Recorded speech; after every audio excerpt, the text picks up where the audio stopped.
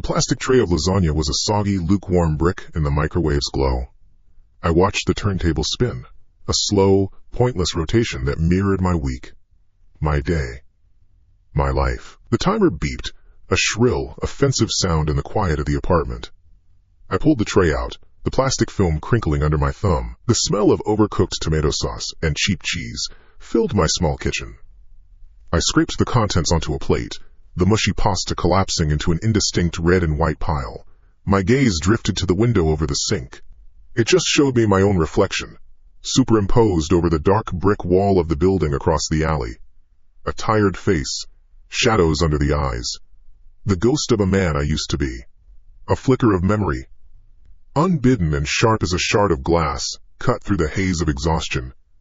Headlights swerving on a wet road. The crunch of metal, the name Sarah on a cracked phone screen. I shook my head, pushing it down. Always pushing it down. It's been 5 years. The weight never gets lighter. My phone buzzed on the counter, a harsh vibration against the granite. I glanced at the screen. Unknown number. I let it ring. Let it go to voicemail. Probably another robocall trying to sell me an extended car warranty. A bitter laugh escaped my lips. I didn't even own a car anymore. I couldn't stand to sit behind a wheel. The call stopped. A small icon appeared, indicating a new voicemail. I tapped it, held the phone to my ear, and took a bite of the lasagna. It tasted like cardboard and regret. The voicemail was just noise. A low hiss, like an open channel on a dead radio. Beneath it, I could just make out a sound like breathing. A wet, labored intake of air, followed by a shaky exhale. That was it. I pressed delete.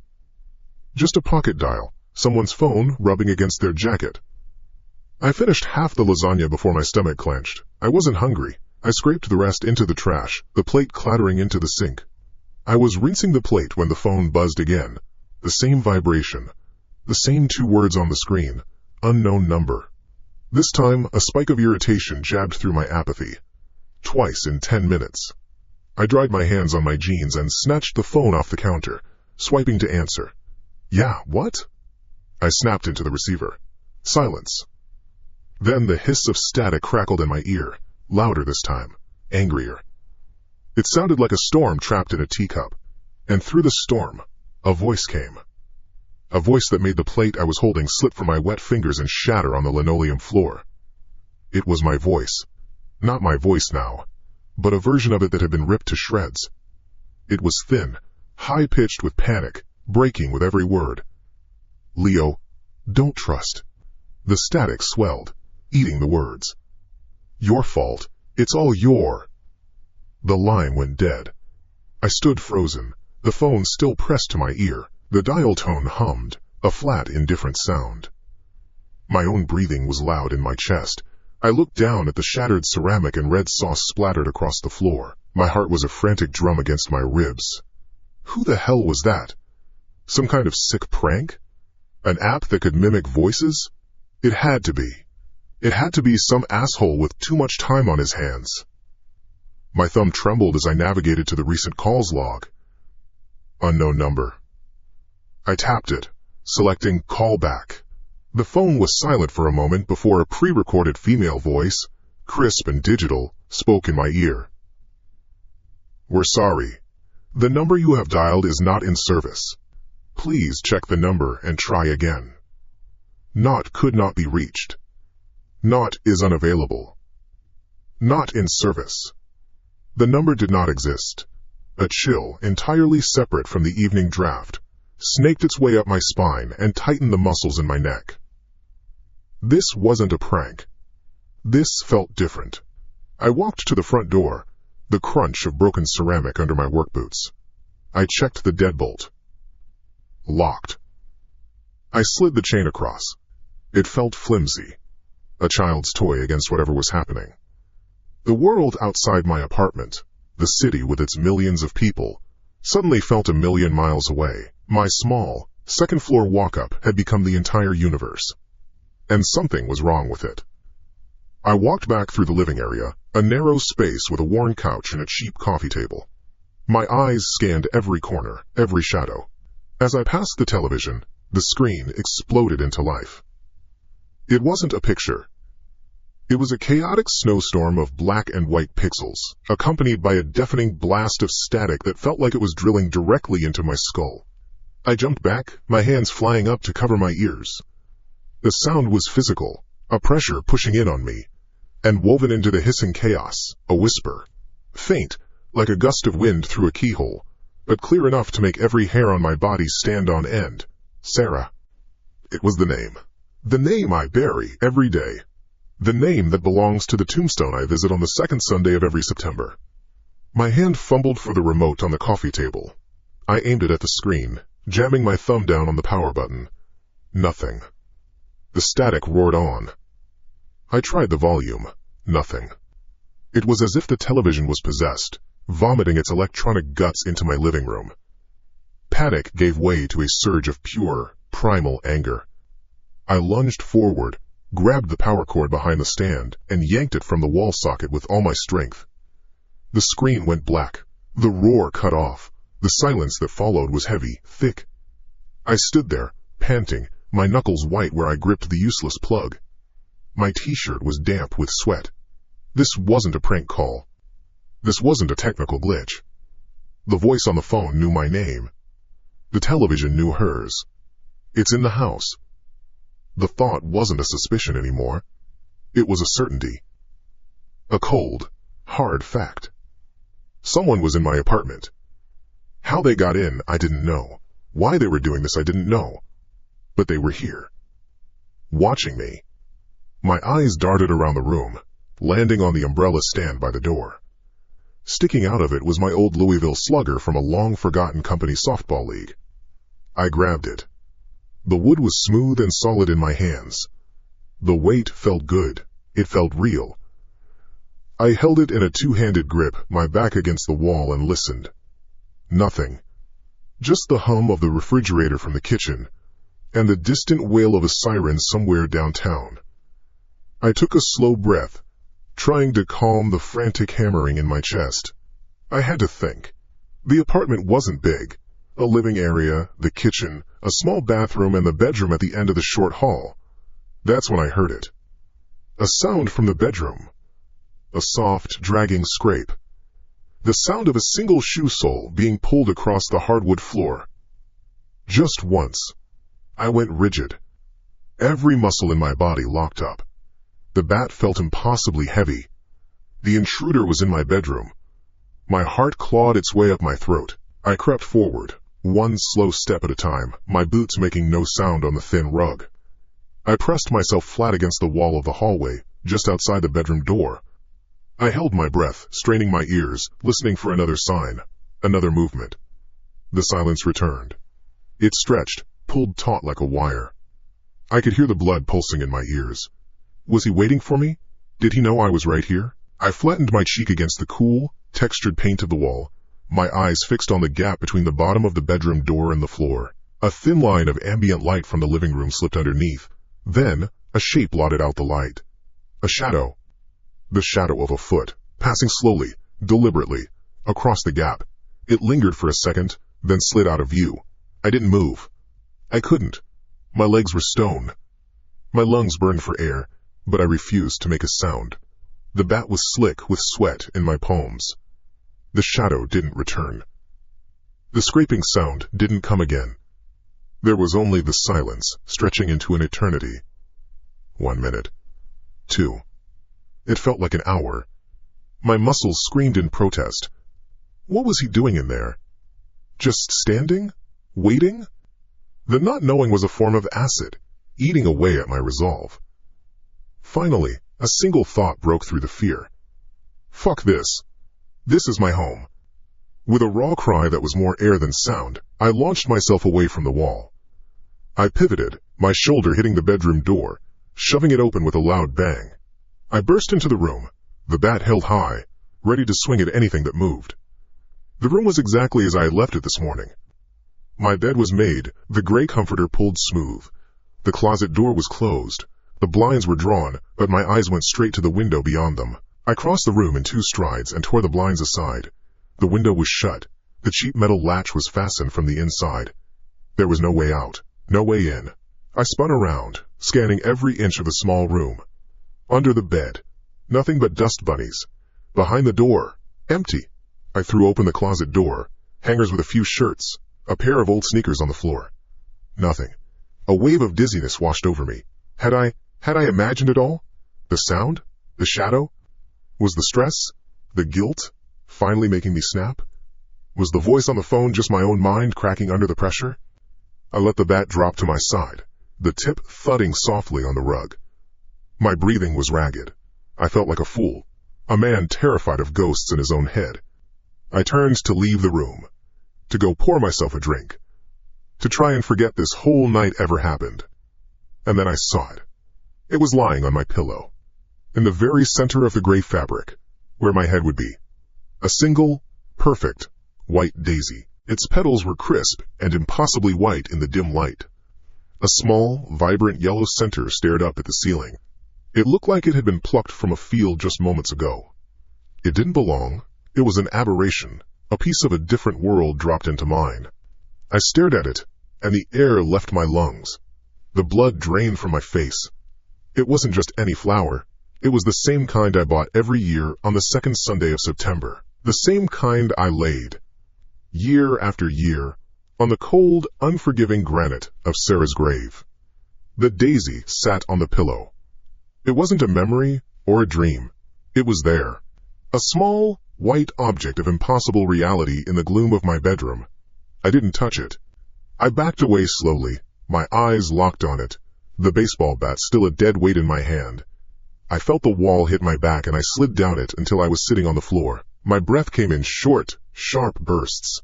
Sleep was not an option. It felt like a surrender. I spent the next hour, or maybe 3, time had warped, in the living room. All the lights were on, burning away the shadows in every corner. The buzzing of the old fluorescent bulb in the kitchen was a constant, irritating hum. I had the bat across my lap. I sat on the couch, watching the door. Then I'd get up, pace the length of the short room, and sit back down again.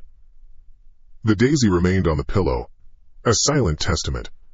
My mind raced, trying to build a cage of logic around the madness. A prank.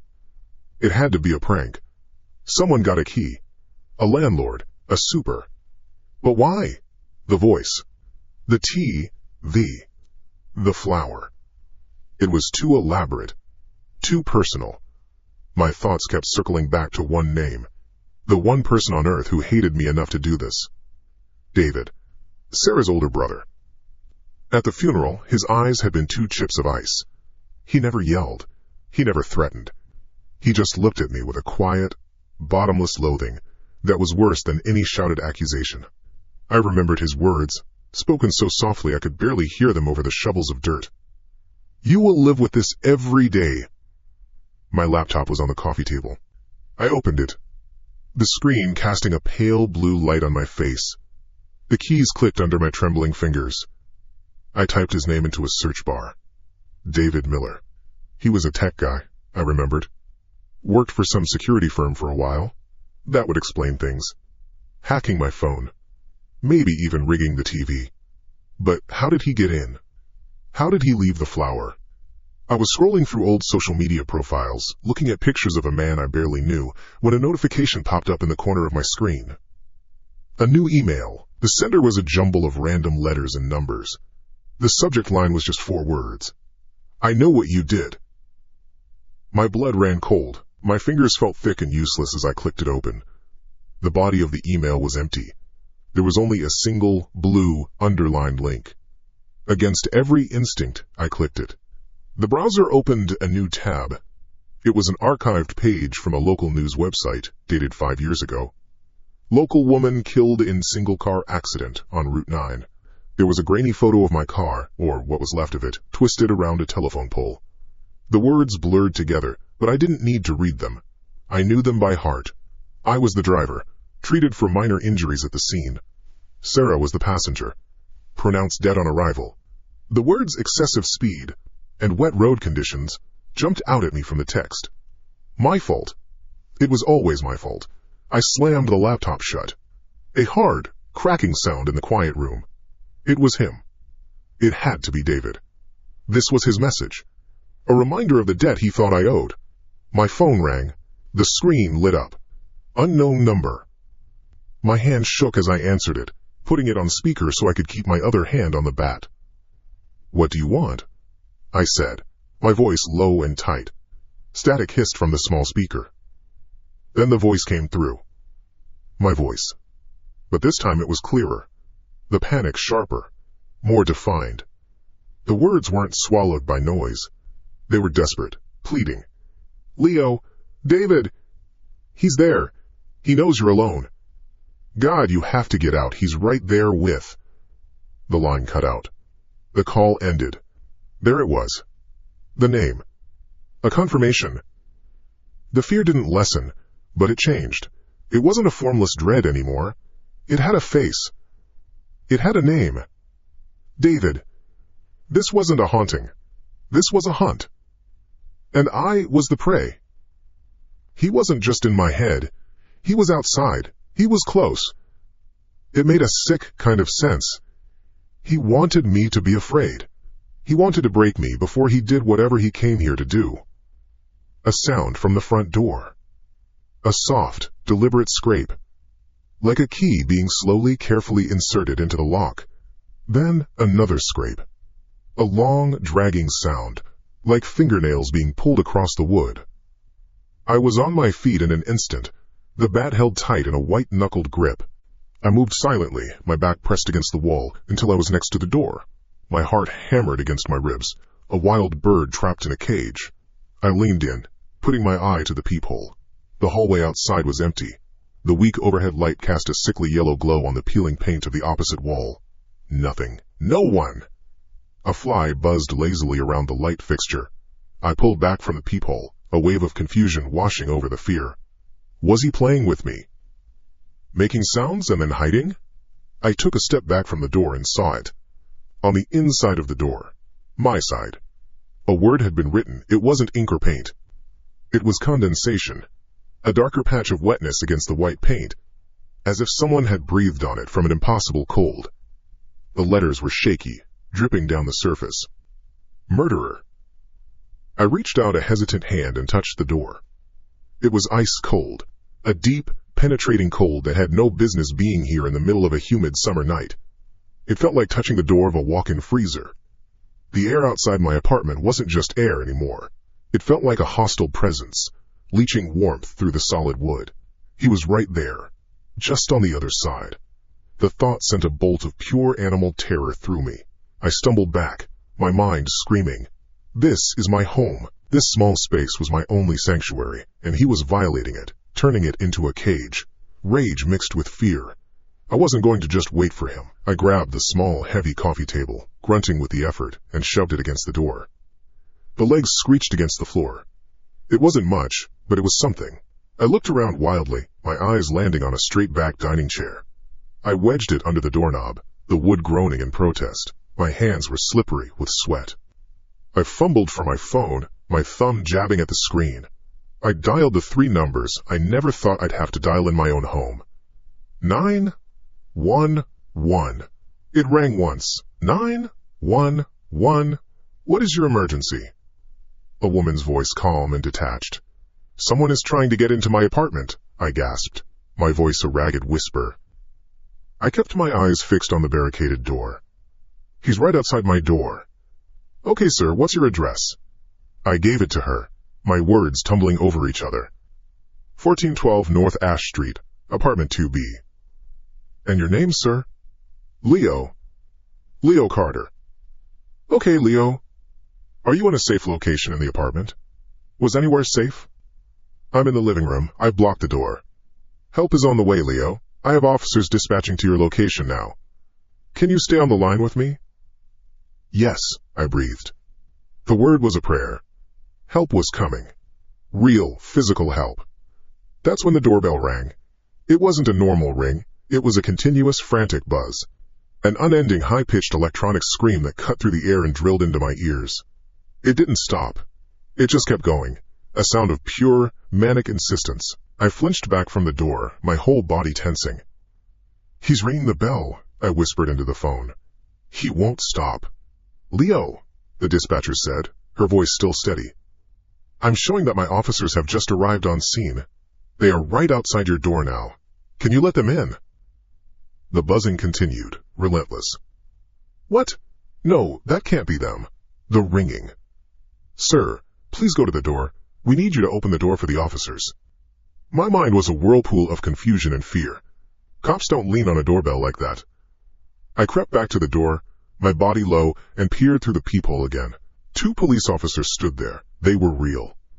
Blue uniforms, badges glinting under the hallway light, hands resting calmly on their belts. One was older, with a thick mustache. The other was younger, clean-shaven. They stood perfectly still, looking at my door. Their hands were nowhere near the doorbell. But the buzzing. It screamed in my ears, vibrating through the wood of the door. A physical assault.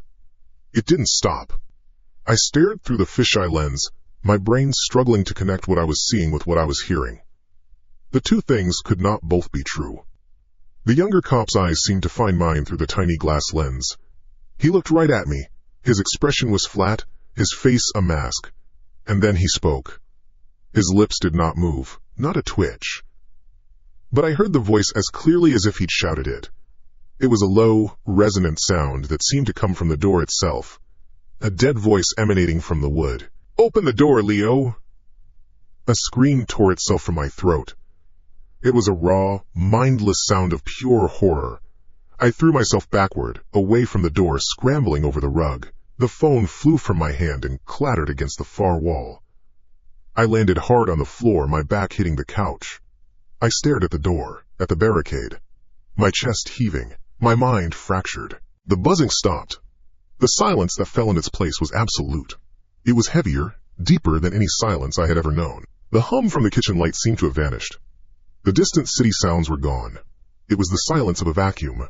I stayed on the floor, curled into a ball, for a long time. I didn't move. I just listened to the sound of my own blood roaring in my ears. I counted seconds. The seconds turned into minutes. Nothing. No ringing. No knocking. No scraping. Slowly, shakily, I pushed myself up. My muscles ached. Every instinct screamed at me to stay put, but the not knowing was its own kind of torture. I had to see. I dismantled the barricade, piece by piece, my movements slow, clumsy. I pushed the table back. I removed the chair. My hand hovered over the deadbolt for a full minute before I found the strength to turn it. I unlocked the chain. I turned the knob. I pulled the door open a single inch and peered through the crack. The hallway was empty. The buzzing fly was gone. The yellow light was the same. The opposite wall was the same. No cops. No David. Nothing. I opened the door wider. I looked down at the spot on the inside where the word had been. The paint was dry. The coldness was gone. It was just a door again. It was as if nothing had ever happened. I was about to close it, to lock it, to pretend this was all a nightmare born of guilt and grief. Then my eyes fell to the floor, just outside the threshold on the wooden landing. There, on the dark wood, was a handprint. It was perfectly formed. A palm, 5 fingers. It was wet, a dark stain against the floorboards. As I watched, paralyzed, the edges began to shrink. The moisture was turning to vapor. The image, slowly, silently, disappearing into the air right before my eyes. The morning light was a dirty gray, filtering through the blinds. It showed the room for what it was. A small, cheap apartment that smelled of stale air and old fear. My muscles ached. I had not slept. I had sat on the couch, the bat in my hands, until the sun came up. The handprint on the floor outside was gone. There was no trace of moisture, no dark stain on the wood. It was as if I had imagined it. Slowly, I stood up.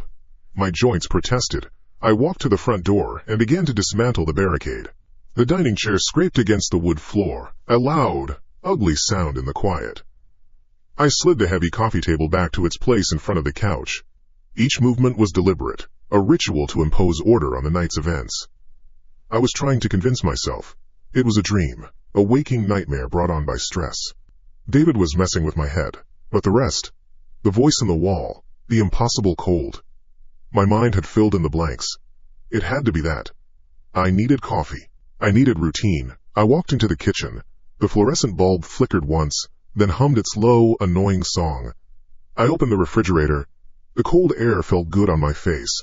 My eyes went to the carton of milk on the top shelf. It was new. I'd bought it yesterday on the way home. I remembered the plastic ring on the cap being intact. I reached for it. My fingers stopped. The red cap was slightly askew. The paper seal beneath it was broken, peeled back halfway. The carton felt light. Lighter than it should. I picked it up. It was less than half full. Someone had been in here. Someone had stood in my kitchen, opened my refrigerator, and drank my milk. The thought was so small, so domestic, it was more unsettling than the writing on the door. It was an invasion of the mundane. A quiet act of ownership. I put the carton back. I closed the refrigerator door. The rationalizations died. This was real. I had to see him. I had to look him in the eye. The address I'd found for David Miller's auto shop was on the industrial side of town. I drove, my hands tight on the wheel. The streets were filled with morning commuters, people living normal lives, oblivious. Each one was a world away from mine. I found the place. A low, brick building with 3 wide garage bays. The name was painted in faded blue letters above the main door. Miller & Sons Auto Repair. I parked across the street, behind a rusted delivery van, and killed the engine. I watched. The bay doors were open, spilling yellow light onto the asphalt. The sound of an impact wrench whined and stopped. A man in greasy blue coveralls walked out of the middle bay, wiping his hands on a rag. He was older, thick-bellied, with a graying mustache. Not him. Then another figure emerged from the shadows of the garage. He was younger, leaner. He wore the same blue coveralls, stained with oil. He pulled a wrench from his back pocket and leaned against the frame of the bay door, talking to the older man. He laughed at something the man said. It was him. David. His hair was shorter than I remembered, but the set of his jaw was the same. He was here. He was working on cars. He was laughing. My phone vibrated in the cup holder. The screen lit up. Unknown number. A cold sweat broke out on my skin. My hand shook as I picked it up. I pressed the answer icon. I did not say hello. I just listened. Static. Then the whisper. It was my own voice, but strained, breathless, stripped of all hope. It leaked from the phone's speaker like a poison gas. Not here, Leo. You're looking in the wrong place. He's not the one. Go home. Go home. Now. The line went dead. My breath hitched in my chest. If David was here, who was at my apartment? Who was calling me? The warning didn't feel like a threat. It felt like a genuine, panicked plea. I jammed the key into the ignition, twisted it hard. The engine roared to life. I threw the car into reverse, the tires squealing on the pavement. I swung the car around in a sharp U-turn and floored the accelerator, leaving the garage and the image of a laughing David behind me. I just drove. Fast. The trip back felt like an eternity. Every red light was a personal attack. I ran 2 of them. My apartment building came into view. I didn't park properly, just pulled the car up against a curb, half on the sidewalk. I fumbled the keys, my hand unable to perform the simple task of fitting a piece of metal into a lock. I got the building's main door open and took the stairs 2 at a time, my lungs burning. Apartment 2B. My door. It was closed, it was locked. Nothing looked out of place. I slammed my key into the lock, twisted it, and shoved the door open. I burst into the living room. "Who's here?" I yelled. The words sounded thin and foolish in the empty space. Nothing. The room was exactly as I had left it. The coffee table was in its spot. The couch was undisturbed. Sunlight streamed through the blinds, casting long stripes of light across the floor. I checked the bedroom. The daisy was still on the pillow, a pale, mocking speck. A wave of dizzying relief washed over me. I'd imagined it. The call, the panic. It was all me. I was losing my mind. I leaned against the wall, my head pressed against the cool paint, my heart still hammering. I took a deep, shuddering breath. I needed to wash my face, ground myself. I walked into the bathroom and froze. The air was thick with the smell of mint toothpaste. On the mirror above the sink, a message had been written in thick, white paste. The letters were crude, finger-drawn, already starting to dry and crack at the edges. "Saw you at the garage. Don't run next time." He was here. He had been here while I was gone.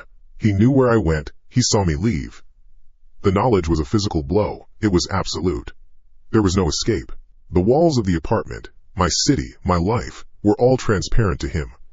I was in a glass cage. Something inside me broke. A wire snapped.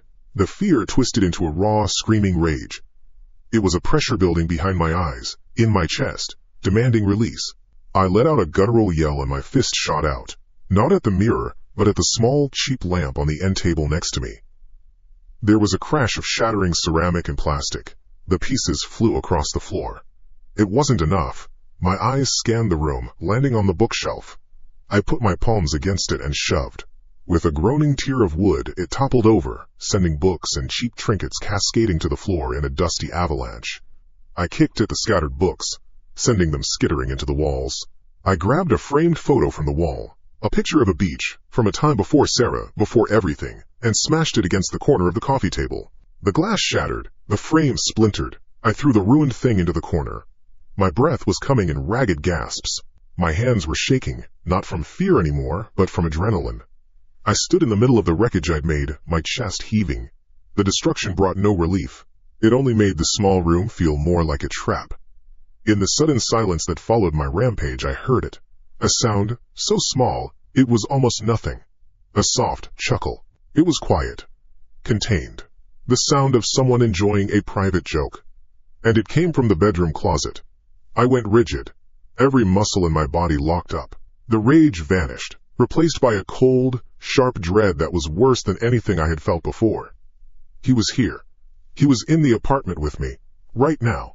He'd watched me destroy my own home. My eyes darted to the floor and found the largest piece of the broken lamp, the heavy ceramic base. I picked it up. Its weight was a small comfort in my hand. I held it like a club. I took a step toward the bedroom, then another. My feet made no sound on the rug. The silence in the apartment was a living thing. The only sound was the roar of blood in my own ears. I reached the bedroom doorway. The closet door was a few feet away. It was slightly ajar, a dark vertical slit in the white wood. He was in there, hiding, waiting. I moved forward, my back screaming with tension. I held the lamp base up, ready to swing. I reached the closet. My left hand, slick with sweat, closed around the cool metal of the doorknob. I took a breath, and I yanked the door open with all my strength. It flew inward and slammed against the clothes hanging inside. I stared into the closet, weapon raised, poised to strike. It was empty. A few shirts on hangers, a pair of old shoes on the floor, dust bunnies in the corner. No one. There was no one there. My arm fell to my side. The lamp base felt impossibly heavy. Confusion warred with the lingering terror. Did I hear it? Did I imagine the laugh? Then I saw it. On the floor of the closet, half hidden behind a shoe, was a phone. It wasn't my phone. It was an older model, a black rectangle with a scratched case.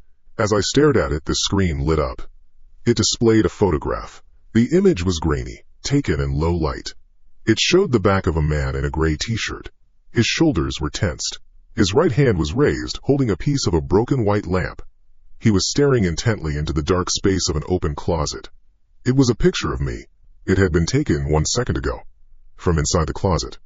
A guttural sound of revulsion ripped from my throat. I kicked out, my foot connecting with the phone. It skittered across the wood floor and hit the far wall. It wasn't enough. I lunged at it, dropped to my knees, and brought the ceramic lamp base down on it again and again. A crunch of plastic. A spiderweb of cracks across the glass. I didn't stop until it was a pile of shattered components. I pushed myself up, my breathing still erratic, my body trembling. I backed away from the closet, my eyes scanning every shadow in the wrecked room. My gaze fell on the wall where the framed picture used to be. A shard of broken mirror from a different smashed object, a small decorative one, still clung to the wall, reflecting a warped sliver of the room. A sliver of my face. I stared at my own reflection. My face was pale, streaked with sweat, my eyes wide. For a single, heartbeat-skipping second, the mouth in the reflection was not mine. It twisted up at the corners. A slow, cold, knowing smile. I blinked hard. The smile was gone. It was just me again. Just my own terrified face, staring back from a piece of broken glass.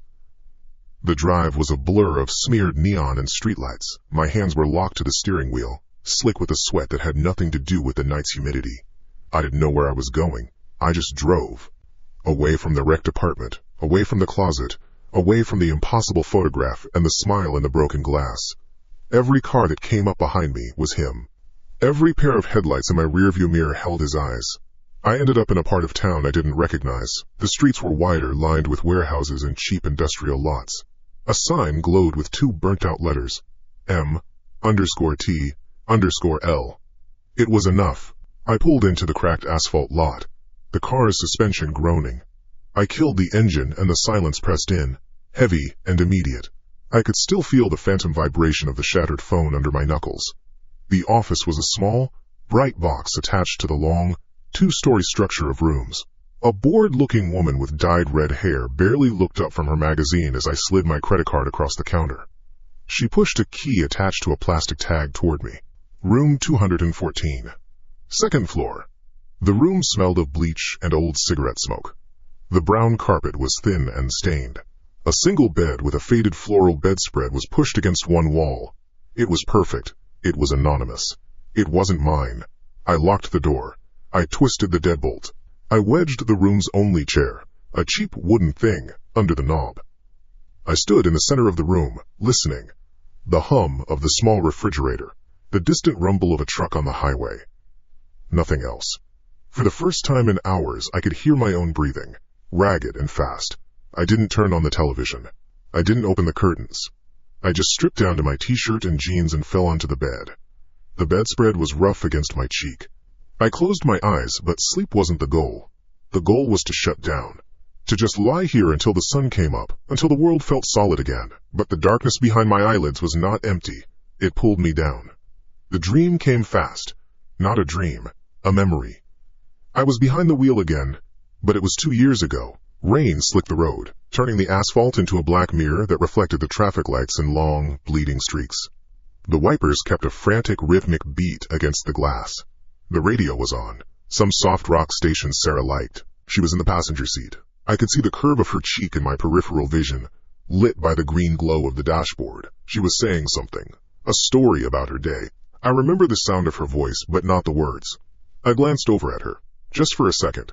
Her face wasn't there. It wasn't gone. It was just a blur. A smudge of motion and light where her features should have been. A cold spike went through my chest. In the dream, I knew this was wrong. I tried to focus, to see her, but the harder I tried, the more indistinct she became.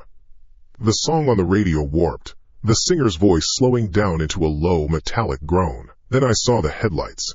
Twin white suns, impossibly bright, coming straight for her side of the car. I heard a sound.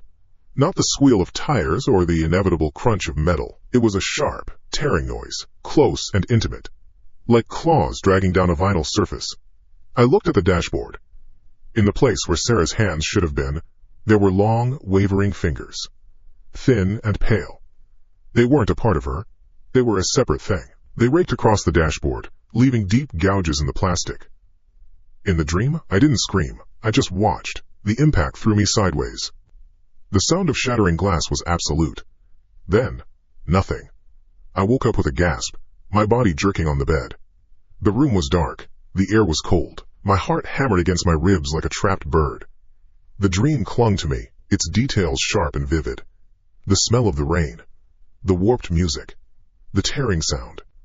A sharp, stinging pain burned across my chest. It was a specific, localized heat. I sat up, my hand going to my t-shirt. It felt wet. Sticky. My fingers came away dark. With a shaking hand, I reached over and clicked on the bedside lamp. The weak yellow light filled a small circle around the bed. I lifted the hem of my shirt. 3 long, deep scratches ran diagonally across my chest, from my left shoulder down toward my stomach. They were parallel, precise. Bright red blood welled up along the torn skin, starting to run in thin rivulets down my side. They were fresh.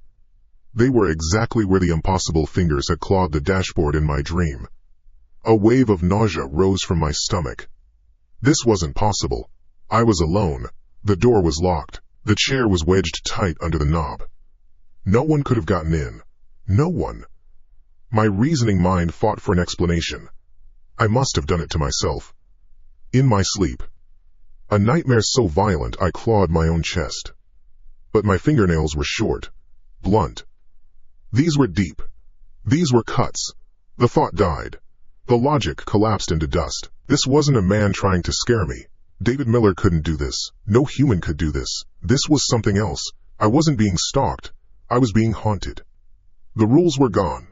As if on cue, the phone on the bedside table rang.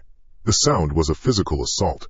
A shrill, electronic shriek that cut through the silence. I stared at it. It was a standard beige motel phone. An ancient, inanimate object. But in that moment, it felt like the most malevolent thing in the universe. It rang again. And again. A relentless summons. My hand moved on its own. I picked up the receiver. It was cool and smooth in my sweaty palm. I pressed it to my ear. I didn't say anything. There was no static, no whisper, no voice at all. There was only a sound, a recording, a high-fidelity loop of noise, a sharp, violent squeal of rubber on wet pavement, a deafening crunch of metal compressing, folding in on itself, the distinct, crystalline shatter of a windshield. Then, a half-second of silence. Then it started again, the squeal, the crunch, the shatter, over and over. The soundtrack to the last seconds of her life. Played for me. A technical recording of my failure. A raw sound was torn from my throat. A yell of pure revulsion. I threw the receiver away from my head. It flew across the room, the coiled cord snapping it taut before it slammed against the wall with a hollow crack. It fell to the floor, but it wasn't dead. The tiny speaker, still connected, continued its loop. Squeal, crunch, shatter. A tiny, tinny pulse of misery from the floor. I couldn't stay here. This thing, whatever it was, wasn't tied to my apartment. It wasn't tied to a place. It was tied to me. It could follow me anywhere. It was on my body. It was in my head. Suddenly, a massive boom hit the door. The entire frame shook. "Police! Open up!" a voice yelled from the hallway. It was thick, muffled by the wood. I froze, my back against the wall. Cops? How? Why? Boom! The door shuddered again, more violent this time. The chair wedged underneath it scraped against the floor. "Leo Carter! We know you're in there! Open the door now!" My mind raced. How did they know my name? I paid with a card, but that fast? Something was wrong. The voice didn't sound right. It sounded forced. I scrambled to the window, my bare feet silent on the thin carpet. I pulled the curtain back a fraction of an inch and peered down into the parking lot. It was mostly empty. My car sat alone under a flickering orange light. There was no patrol car. No flashing blue and red lights. Nothing. Boom! A crack appeared in the wood of the door, near the lock. The chair scraped further, its legs groaning in protest. He was going to break it down. It wasn't the police. It was him. He'd followed me. My eyes darted around the room. A trap. A box. The door was not an option. That left the window. It was a long way down. Maybe 12, 15 feet to the patch of grass below. Crack! The sound of splintering wood was sharp. Final. The lock was giving way. I didn't think. I acted. I grabbed the heavy wooden chair, the one that had been bracing the door. I lifted it over my head. It felt both heavy and light. I swung it with all the force I had, aiming for the center of the large window pane. The impact was a dull thud, and pain shot up my arms. The glass held. Shit! I gasped. I swung again, harder this time, putting my entire body into it. The sound was a deafening explosion of glass. The pane shattered, sending a shower of sharp fragments into the room, and out into the night. Some of them sliced at my hands and face. I felt a sharp sting on my cheek, but there was no time for pain. The door behind me was about to burst open. I threw the chair aside.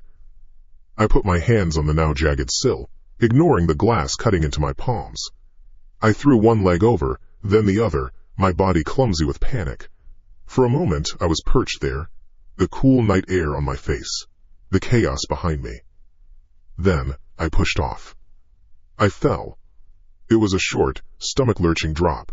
I hit the ground hard, my ankle twisting under me. Pain, white-hot and immediate, shot up my leg. I landed in a painful heap on the damp, manicured grass of the motel lawn. I scrambled up, putting weight on my good leg. I didn't look back at the door. I just ran. I hobbled, half limping, across the parking lot. The sharp gravel cut into my bare feet. I ran out onto the empty street, into the darkness of the industrial park. Away. Just away. After I'd put 2 blocks between myself and the motel, a burning in my lungs forced me to stop. I bent over, hands on my knees, gasping for air. My ankle throbbed with a deep, sickening pulse. My hands were bleeding. My cheeks stung. Slowly, I straightened up and turned around. From this distance, I could just see the motel building. The long, 2-story block against the dark sky. I looked for my room. 214. Second floor. There was no gaping, shattered window. There was no light on inside. The room was dark, a black, uniform square, just like all the others. The chair I'd wedged under the door, the one I used to break the glass, was gone from my memory of the room. It was as if I'd never touched it. The door to the room was closed, intact. There was no splintered frame, no sign of a forced entry. The entire building was quiet, unmoving, a silent tomb under the highway lights, as if no one had ever been there at all. I didn't run for long. The fire in my ankle became a white-hot scream that shot all the way to my hip. My lungs burned. Each breath was a ragged tear in my throat. The street was empty. The warehouses were dark shapes against a sky turning from black to a deep, bruised purple. I was barefoot. I was bleeding from a dozen small cuts. My thin t-shirt was soaked with sweat and the blood from my chest. There was nowhere to go. The motel was a lie. The city was a hunting ground. Every shadow could be him. Every distant sound was his approach. Logic was gone. Safety was a memory. Only one place remained. The center of it all. The place it had all started. My apartment. It wasn't a choice. It was an inevitability. Like a moth drawn back to the flicker of the flame that had already burned its wings. I had to go back. I needed to see it again. I needed to stand in the place where the world had first cracked open. The walk back took hours. I hobbled, using walls and fences for support. The sun began to rise, a pale, sickly light that offered no warmth, only exposure. The first few cars of the morning commute sped past, their drivers sealed in their own worlds, their faces blank. I was a ghost on their sidewalk, a man in torn, bloody clothes limping through the dawn. Nobody looked twice. My building looked the same. A brick box of quiet lives. I fumbled for the main door key, my bloody fingers slipping on the brass. It clicked open. Inside, the air was still and smelled of floor polish and old cooking. Home. The word felt like a foreign language in my mouth. I started down the 3rd floor hallway. My door, 3B, was at the far end. There was a single fluorescent light fixture halfway down, buzzing softly. Another at the very end, just past my door. I kept my eyes on that final light. I focused on the green metal of my door. I put one foot in front of the other. The pain in my ankle was a dull, rhythmic thud with every step. Step. Thud. Step. Thud. The hallway felt long. Longer than I remembered. The light at the end didn't seem to be getting any closer. The pattern on the carpet repeated endlessly under my bare feet. A faded brown diamond. A scuff mark. Another brown diamond. My head felt light. I told myself it was the blood loss, the exhaustion. It had to be. I kept walking, my eyes fixed on the door. It was definitely not getting closer. I stopped. I could feel my own heart hammering against my ribs. I looked back. The entrance to the hall was the same distance away it had always been. But ahead, the door to 3B remained stubbornly far away. A small rectangle under a distant light. I took 10 more steps, my eyes locked forward. The distance did not change.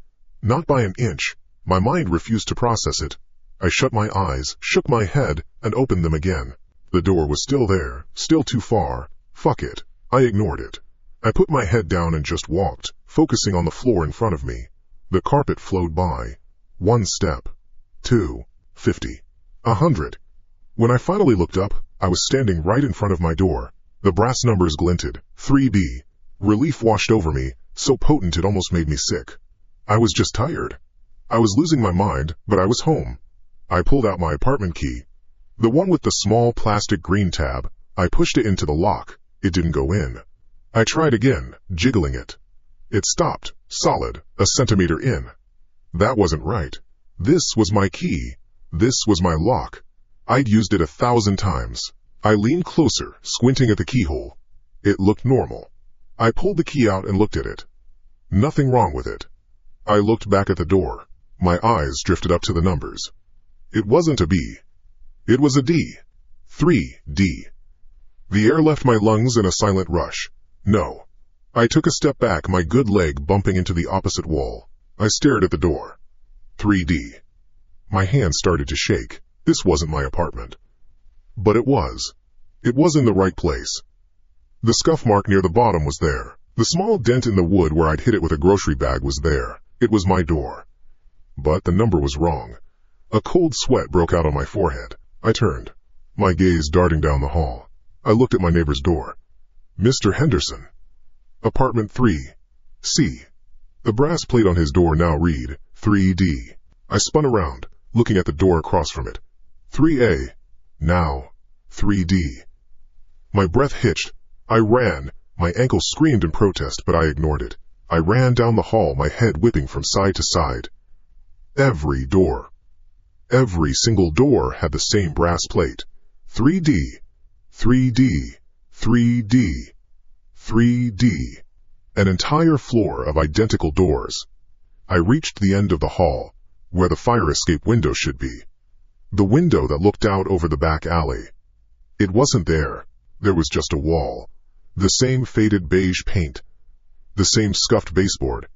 No window, no frame, no glass. Just a solid blank wall where a window had been for 100 years. A dead end. My phone buzzed in my pocket. The vibration was a violent shock against my leg. I pulled it out. The screen was cracked, but it lit up. Unknown number. I knew what this was. I knew what I would hear. My hand trembled as I answered it. I pressed the cold glass to my ear.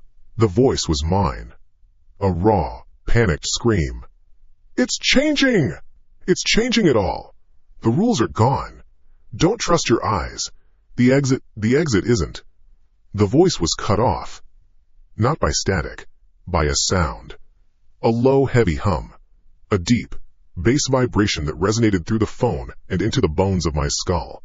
It sounded like a massive transformer about to overload. Then, a sharp click. The line went dead. I was trapped. This wasn't my building anymore. It was a cage built to look like my building. A personal maze. I wasn't just being followed. I was being contained. No, I whispered. The sound was thin in the thick silence. I turned back to the corridor of impossible doors. I threw myself at the nearest one, twisting the knob. Locked. I slammed my shoulder into it. The wood was solid. It didn't budge. I ran to the next one. Locked. The next. Locked. I went down the line. A frantic, desperate assault on each one. They were all sealed tight. I was in a sealed tube, a coffin with a long hallway. I screamed. A wordless sound of animal rage and fear.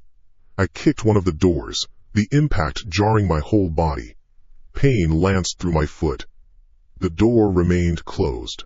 I stopped, panting, leaning against the wall. Defeated. And that's when I heard it. A sound from behind me. A click.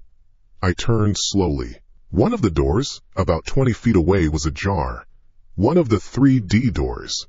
It had opened on its own, swinging inward just a few inches. A sliver of perfect, complete darkness lay beyond it. From within that darkness, music started to play. Softly at first, then growing louder. A cheap radio speaker sound. A soft rock song from a few years ago. The gentle strum of an acoustic guitar. A man singing about summer nights. It was the song.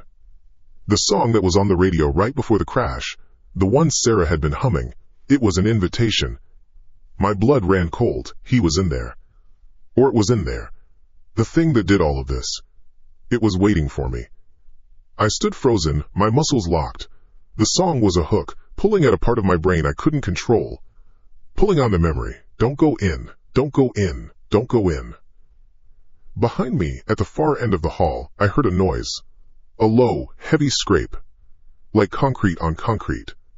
I looked over my shoulder.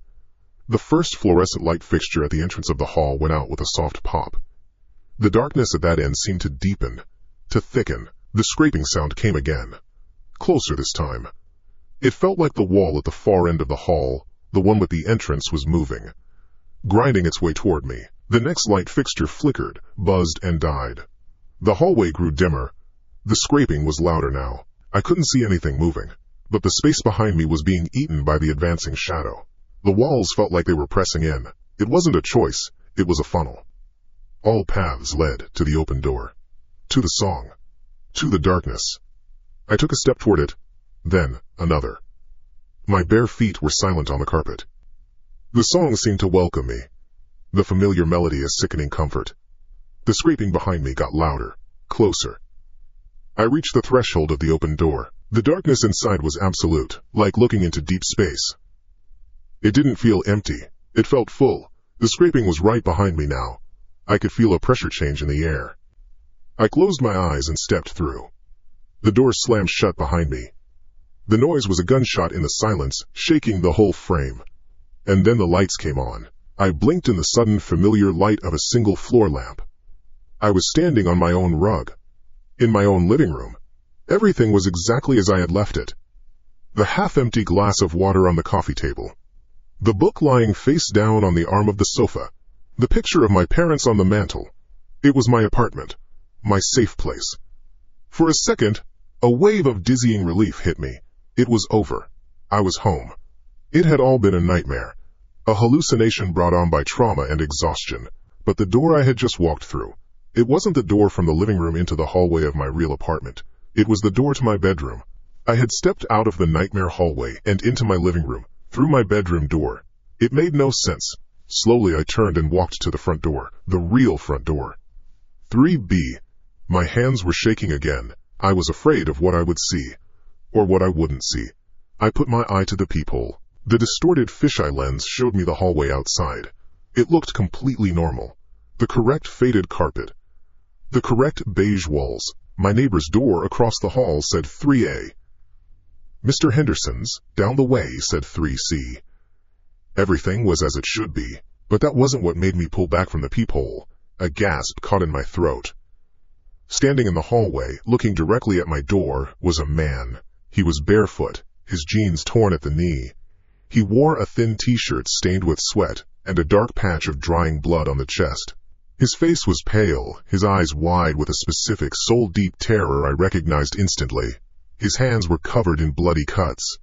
I was looking at myself, staring back at my own door with a look of pure, unadulterated horror. I pulled back from the peephole as if the metal had been heated cherry red. My back hit the opposite wall of the narrow entryway. A single, sharp gasp escaped my throat, sucking all the air out of the small space. My legs felt weak, like the bones had turned to sand.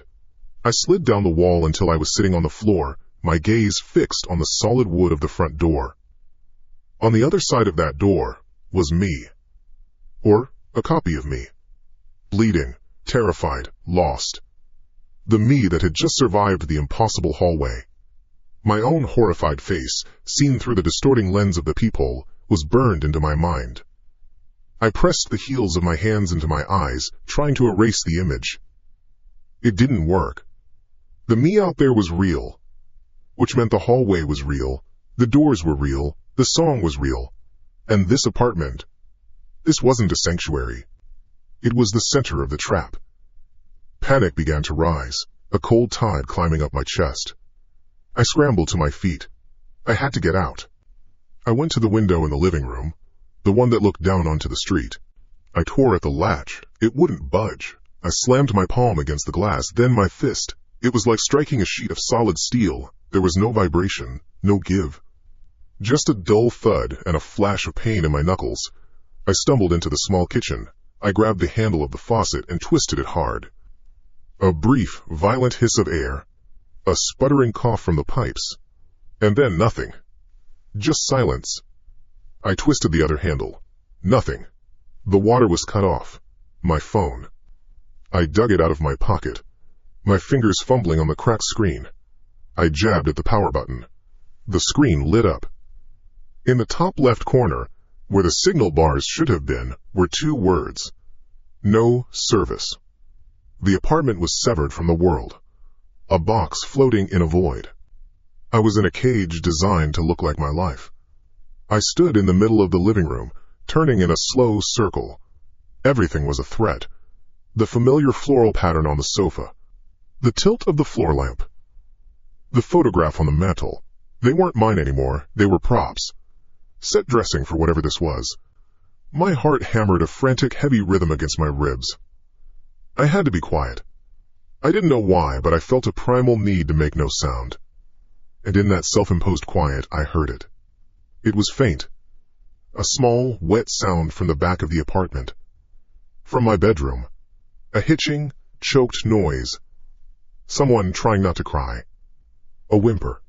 It was a sound of pure human misery. My blood went cold. He wasn't in the hallway. He was here. Inside. The man I thought was hunting me. He was waiting in my bedroom. Every instinct screamed at me to stay put, to hide behind the sofa.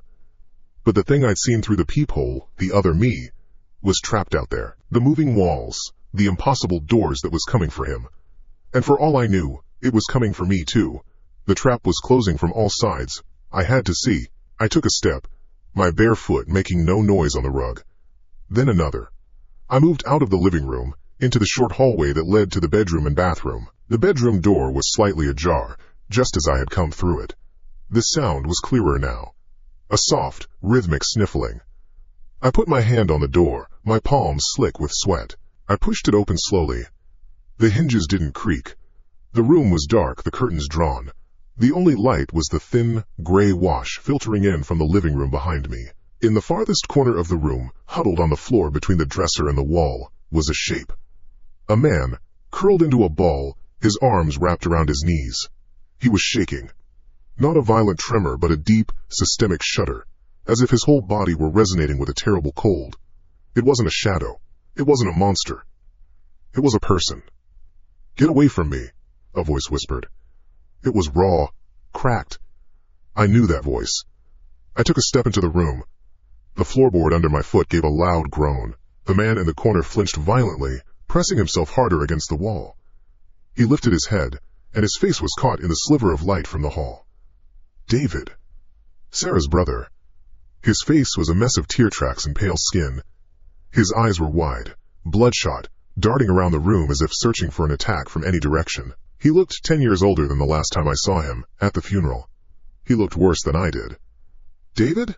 My voice was a croak. He stared at me, his mouth opening and closing silently. He looked through me, not at me. The terror in his eyes wasn't for me. It was for the room, for the air itself. "It lied," he finally stammered out, the words catching in his throat. "It called me, used her voice, Sarah's voice." He started shaking his head, a frantic, repetitive motion. "It said you'd lost it, that you were hurting people, that you'd come here.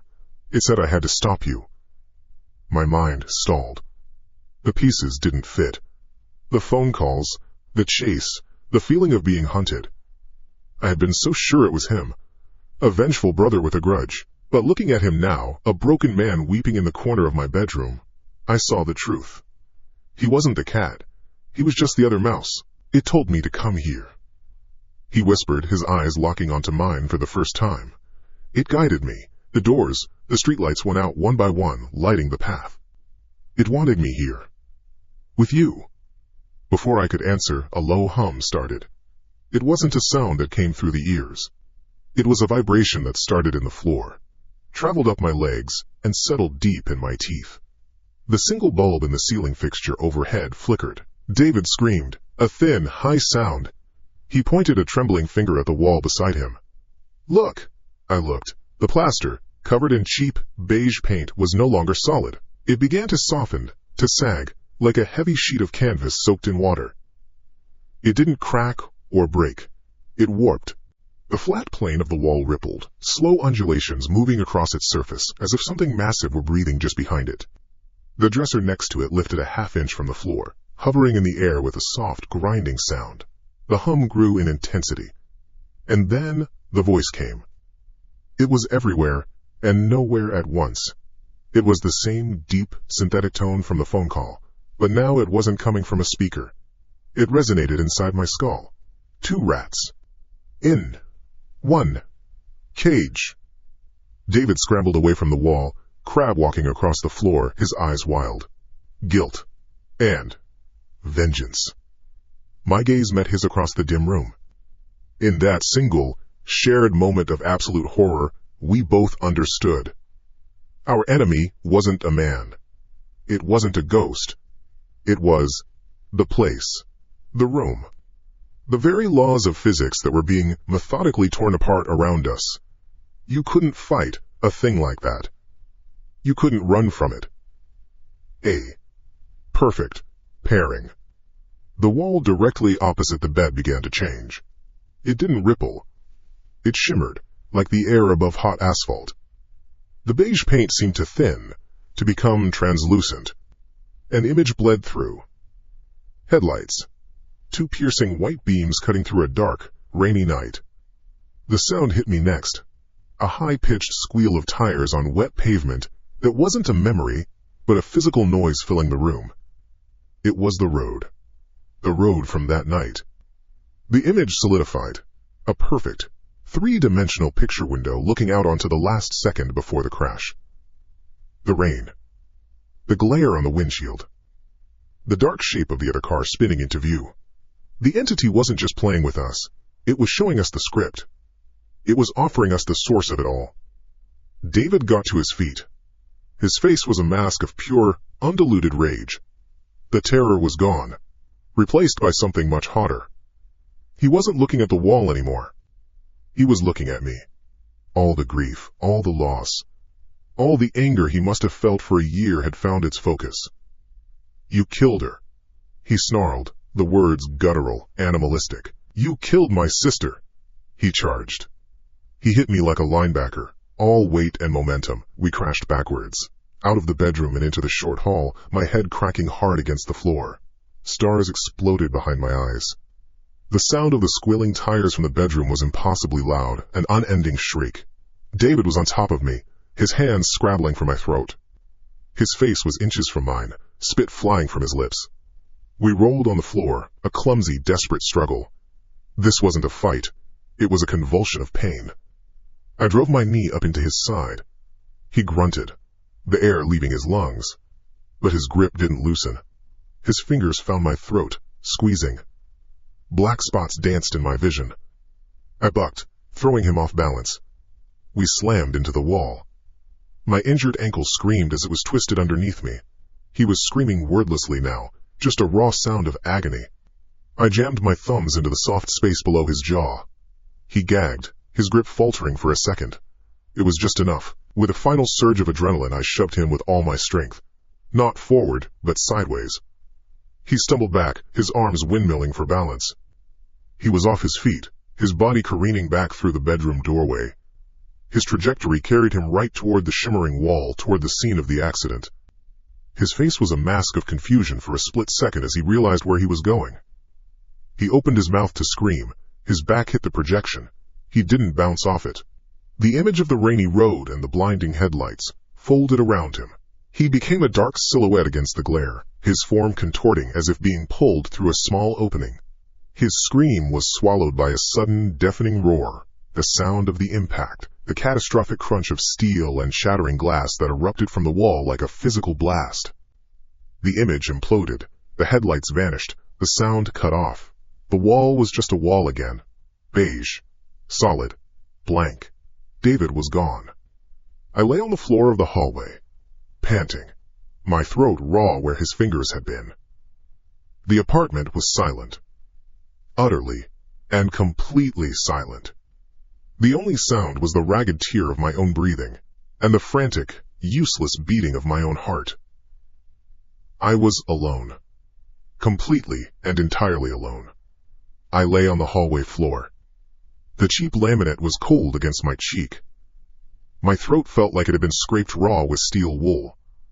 Each breath was a sharp, pulling pain. The silence pressed in. It wasn't a peaceful quiet. It was the heavy, weighted silence of a sealed room after a loud noise. My ears still rang with the ghost of shattering glass and David's last, swallowed cry. The wall was just a wall. Beige paint. A few scuff marks near the floor. It showed nothing. It held its secret. I pushed myself up. My arms trembled. My whole body felt like a loose collection of parts, vibrating with a low frequency I could feel in my teeth. I stood there for a long time. I don't know how long. Time didn't seem to work right in here anymore. I just stared at the spot where a man had been erased from existence. He wasn't the hunter. He was bait. We both were. A cramp seized my stomach. It was sharp, insistent. Hunger. It felt profane to be hungry at a time like this, but my body didn't care. It was a simple animal need cutting through the shock. Food. Water. My mouth was dry, tasting of dust and fear.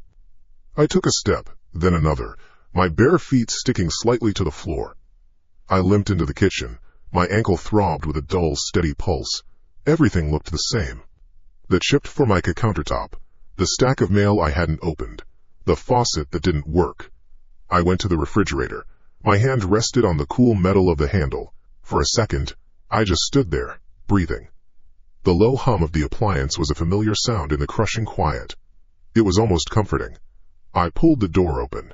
The small interior light flickered on. It was a pale, weak white. It was not illuminating a half-empty carton of milk or a wilting bundle of celery. The light was shining down on a perfect, miniature replica of my living room.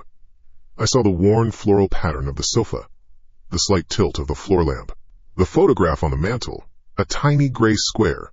The details were all there, shrunk down to the size of a dollhouse, and in the middle of the miniature rug, a figure sat. It was small, no bigger than my thumb. It was wearing my clothes, a gray t-shirt, dark jeans. It was sitting on the floor, its tiny back to me, looking at the wall. My hand flew from the handle as if I'd touched a live wire. I stumbled back, my bad ankle giving way. I crashed against the counter, sending the stack of mail skittering to the floor. My breath came in ragged, sharp bursts. I squeezed my eyes shut, then opened them again. I looked back at the open refrigerator. The little room was still there. The tiny version of me was still sitting on the floor, unmoving, a toy in a box. I slammed the refrigerator door shut. The sound was a loud bang that did nothing to break the spell. It only confirmed it. I had to get out of the kitchen. I had to get out of this apartment. I turned and lunged for the doorway, the one that led back to the living room. I didn't run into it. I ran through it. The light changed. It wasn't the dim gray light of the living room. It was the piss-yellow glow of the overhead fixtures in my building's corridor. I skidded to a stop on worn, commercial linoleum. The air smelled different, a mix of old dust and industrial cleaner.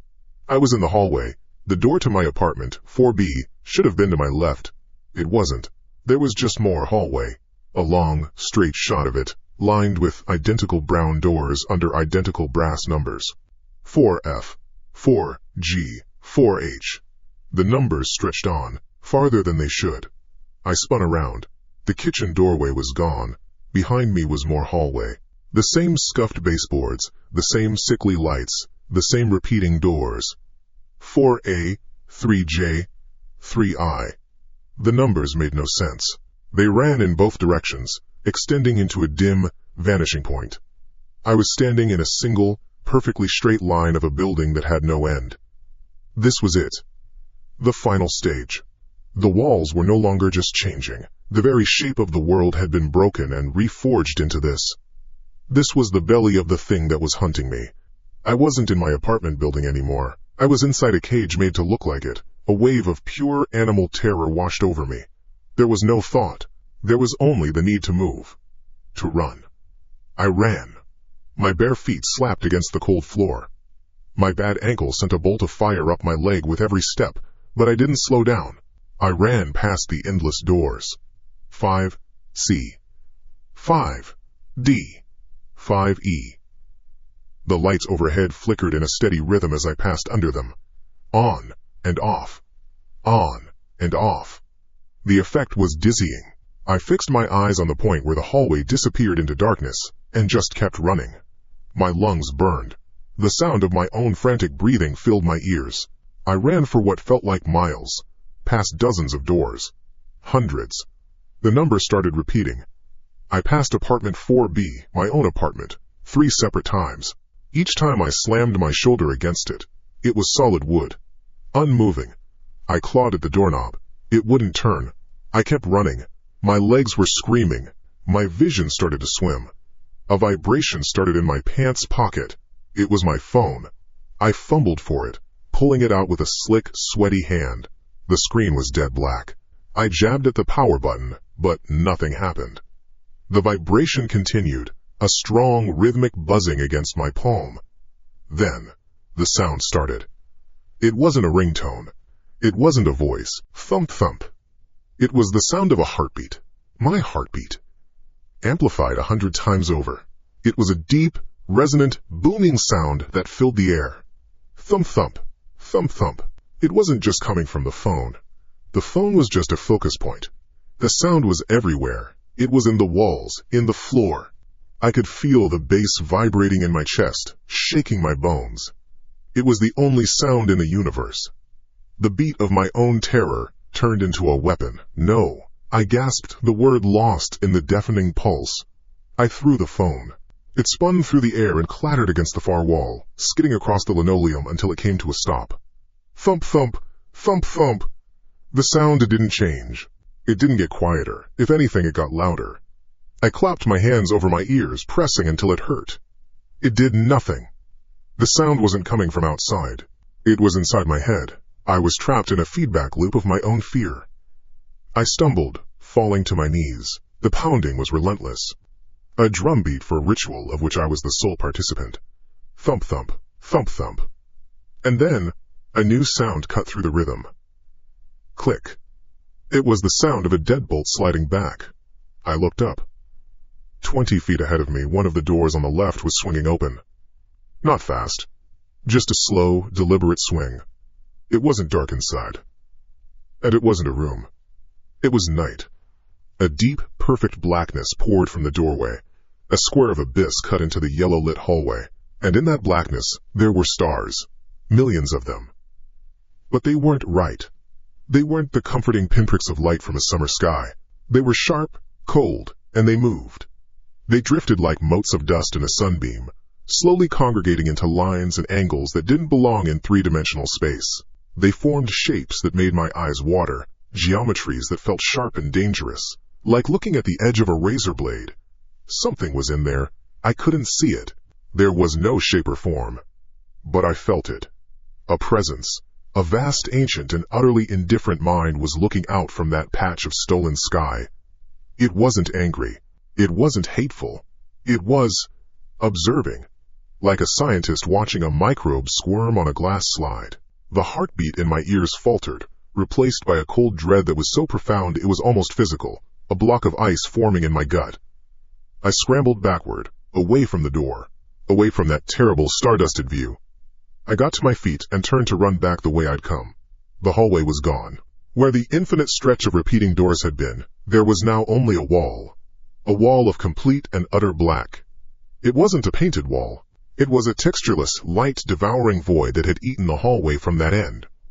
And it was moving. Slowly, silently, it was advancing toward me. It consumed the lights, the doors, the floor, leaving nothing behind. It was erasing the world. I was trapped. In front of me, the advancing nothingness.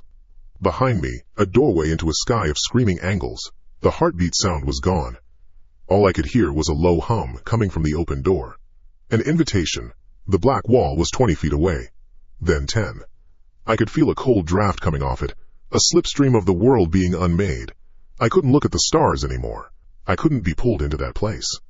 I turned my back to the door, faced the approaching end, and squeezed my eyes shut. My body was shaking uncontrollably. I waited for the cold touch. I waited to be consumed. To be erased like David. Nothing happened. The cold draft stopped. The low hum from the doorway behind me faded. I stood there in the dark, my eyes sealed shut. I counted to 5, then 10. Still nothing, just my own trembling. Slowly, I opened my eyes. I was standing in my living room. Sunlight, pale and gray, filtered through the window. The room was exactly as it should be. The sofa, the lamp, the photograph on the mantel. The air was still. I was standing on the rug, my feet bare. I looked down at my ankle. The swelling was gone. The pain was gone. I took a tentative step. Then another. No pain. It was over. Or it had never happened. A sound made me flinch. It was the sound of running water. It was coming from the kitchen. I walked slowly, cautiously, toward the kitchen doorway. I peered around the frame. The room was empty. The refrigerator was closed. And the faucet, the one that had only hissed at me before, was on. A clear, steady stream of water was pouring from it, splashing into the metal basin of the sink. I was back. I was home. The water was running. The water ran. It was a loud, clean sound in the small kitchen. It splashed against the stainless steel bottom of the sink, a continuous, silver rush that scrubbed the silence from the air. I kept my hand on the faucet, the cold metal, a solid point of contact with a world that felt real. My knuckles were white. The water was real. The sound was real. I turned the handle. The rush of water cut off, replaced by a final series of drips that echoed in the quiet. I took my hand away. I was standing. My ankle didn't hurt. I rolled it, testing the joint. There was no fire, no sharp protest of torn ligaments. It felt fine, as if it had never been injured. My gaze moved around the kitchen. The refrigerator was closed, its low hum a steady, predictable presence. The stack of mail lay scattered on the floor where I had knocked it. I bent down and gathered the envelopes, my movements slow, deliberate. A bill for the electricity, a circular for a furniture store, a postcard from a cousin I hadn't spoken to in 3 years. I placed the stack back on the counter, aligning the edges until they were perfectly square. Everything in its place. I had to be sure. I walked out of the kitchen and into the living room. The sun was a weak, gray smear behind the clouds, casting long shadows across the floor. The sofa was where it should be, its floral pattern faded and familiar. The floor lamp stood at its slight, permanent tilt. On the mantel, the small, framed photograph of my parents was undisturbed. I walked over and picked it up. The cool glass felt smooth under my thumb. They looked out from the picture, smiling, frozen in a summer from a decade ago. It was just a photograph. An object. Real. A surge of something light and fragile fluttered in my chest. Hope. It felt foreign. It was possible it was over. A fever dream. A breakdown. A nightmare of impossible length and detail that had finally, mercifully, ended. I needed to see the world outside. The final proof. I went to the window and pulled the cord for the blinds. They rattled upward, clattering against each other, and revealed the street 4 stories below. Cars moved. A yellow cab honked at a delivery truck. People walked on the sidewalk, heads down against the wind, carrying briefcases and shopping bags. A woman pushed a stroller. It was all normal. An ugly, beautiful, mundane Tuesday morning. The world hadn't ended. It hadn't been erased by a creeping black wall or fractured into an endless hallway. It was just there, waiting. I let out a breath I hadn't realized I was holding. It came out as a long, shuddering sigh. My shoulders slumped. I rested my forehead against the cool glass of the window, an ache of relief so profound it felt like a form of pain. My apartment. The street. The city. I was back. I had no idea what time it was. It felt like I'd been running in that hallway for days, but the light outside suggested it was still morning. I turned from the window, my eyes scanning the room for a clock.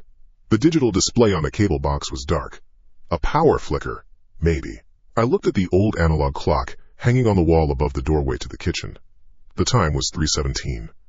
The long, thin second hand was motionless, a red sliver pointing directly at the 4. I stared at it, waiting for the telltale tick and jump. It didn't move. My blood went cold. I walked quickly into the bedroom. My alarm clock was on the nightstand. Its red numerals glowed in the dim light. 3:17. I tapped the glass front. Nothing. I walked back into the kitchen and looked at the display on the microwave. 3:17. The power hadn't flickered. It had stopped. Or, time had. Every clock in the apartment was frozen at the exact same moment. The moment of my greatest fear in that hallway. Just before the door opened. This wasn't an ending. It was a pause. A sound came from the front door. A soft thump, like something heavy bumping against the wood from the other side. Every muscle in my body locked. I stood perfectly still in the center of the living room, listening. Another sound. The faint, metallic scrape of the mail slot cover being lifted. My heart hammered against my ribs, a frantic, trapped bird. I wasn't alone. I crept toward the door, my bare feet making no sound on the rug. I put my eye to the peephole. The fisheye lens distorted the hallway outside, bending the walls into a sickly curve. But I could see clearly enough. I saw myself. It was me from a few days ago. I recognized the shirt. I was standing with his back pressed against the opposite wall, staring at my door. His face was pale, his eyes wide with a terror I remembered all too well. It was the moment after I had seen the words written in the steam on the bathroom mirror. The moment I became convinced someone had been inside. This past version of me was panting, shoulders heaving, about to make a run for it. He couldn't see me. I was looking through a solid wooden door, but for him, there was nothing there. I wasn't just in a pause. Time had been folded over on itself. I wasn't in my home anymore. I was a ghost haunting the scene of my own torment. I stumbled back from the door, a wave of nausea rolling through my gut. I retreated to the living room, putting as much distance as I could between me and the peephole. I sat on the edge of the sofa, my hands trembling in my lap. The apartment was no longer a sanctuary. It was a museum exhibit, and I was the only visitor. The air shimmered near the front door. It was like heat rising from pavement, a subtle distortion. The shape of a man began to resolve out of nothing. It was me again. This version was dragging the heavy armchair from the corner, grunting with effort, shoving it against the door to form a barricade. The image was silent and translucent. I could see the wall and the floor lamp right through him. An echo. A recording of a past desperation, playing on a loop. I got up and walked toward the kitchen. As I passed the small table where the phone sat, another shimmer formed. Another me. This one was hunched over, phone pressed to his ear. I could hear his voice, faint and tinny, as if coming from a great distance. My apartment. I think someone is in my apartment. No, I don't know how they got in. The door was locked. It was the 911 call. I watched the echo of myself plead with a dispatcher who couldn't help, his knuckles white as he gripped the receiver. The sight didn't make me feel scared. It was worse. It was a violation. My most private moments of terror were being replayed for an audience of one. My memories were no longer my own. They had been extracted and put on display. I couldn't stay here. I turned and walked toward the bedroom. The door was slightly ajar. I pushed it open. The room was darker than the rest of the apartment, the blinds drawn tight. The air was heavy. In the center of the floor, a man sat with his back to me. He was wearing my clothes, a gray t-shirt, dark jeans. But he was thinner. His shoulders were slumped, his spine curved into a question mark. He was holding a phone to his ear, his body rocking back and forth almost imperceptibly. A low, rhythmic murmur came from him. It was a voice I knew. It was my own voice, but broken and raw. Don't listen to him. The figure whispered into the phone. It's a trap. David is a trap. He's not the one. You have to get out. The walls are not. It was one of the calls. One of the first warnings. I was standing behind the source. This wasn't an echo of the past. This was something else. A me that was gaunt, broken, destroyed. A me from the future. He was trapped here too, forced to play his part, to send the warnings that would lead me down the exact same path. The loop was a perfect, self-sustaining machine. I had to stop it. I had to break it. I took a step into the room. Then another. The floorboards didn't creak under my weight. The figure on the floor didn't react. He just kept whispering into the phone, a litany of terror. He's bait. We're both bait for what comes after. I reached him. My hand was shaking so violently I could barely control it. I thought if I could just touch him, if I could make contact, I could short-circuit the whole thing. I could prove this wasn't real. I could wake myself up. I reached out my hand. My fingertips brushed against the thin fabric of his t-shirt, over his bony shoulder blade. He stopped rocking. The whispering ceased. Slowly, he began to turn his head. I drew my hand back. He turned until he was looking up at me over his shoulder. His face was a blur. There were no eyes, no nose, no mouth. Just a smooth, indistinct smudge of flesh, like a painting left out in the rain. There was no recognition, no expression at all. And then he dissolved. It wasn't like smoke. It was like dry sand. The figure crumbled in on itself, a silent cascade of gray-brown particles. His shape held for a single second, then collapsed. The t-shirt, the jeans, The flesh, the bone, it all turned to a fine, granular dust that poured onto the floorboards, forming a small, still pile. A sound like 1,000 tiny whispers filled the room as the last particles settled. The phone he was holding clattered to the floor, freed from the hand that no longer existed. I staggered backward, my heel catching on the edge of the rug. I fell hard, my head hitting the floor with a dull, wet thud. My vision swam with black spots. The pile of sand on the floor was the only thing in the room. The phone lay where it had fallen. It had slid across the polished wood and come to a stop a few feet away from me. As I stared at it, its screen lit up. It was a bright, clean, white light in the dimness of the bedroom. It wasn't ringing. It wasn't displaying a notification. It was showing the contacts list. There was only one entry. A single name, under a single number. Leo. My name. My number. The phone was a block of black plastic and cold glass on the polished floor. It was an object. It had weight and dimension. The light from its screen cast a perfect white rectangle on the ceiling. I stared at that rectangle of light. It was the only thing in the room that seemed to have a source. My name. Leo. My number. The only contact. My head throbbed where it had hit the floor. A dull, wet ache that pulsed in time with something deep in my chest. I pushed myself up with one hand. The floorboards were cool against my palm. The pile of fine dust that used to be a man sat undisturbed. It looked like spilled ash from a fireplace. I got to my feet. My legs were unsteady. I took a step toward the phone. Then, another. The sound of my bare feet on the wood was loud in the room. I reached down and picked it up. The phone felt solid in my hand. Heavier than it should have been. The screen stayed lit, the name glowing.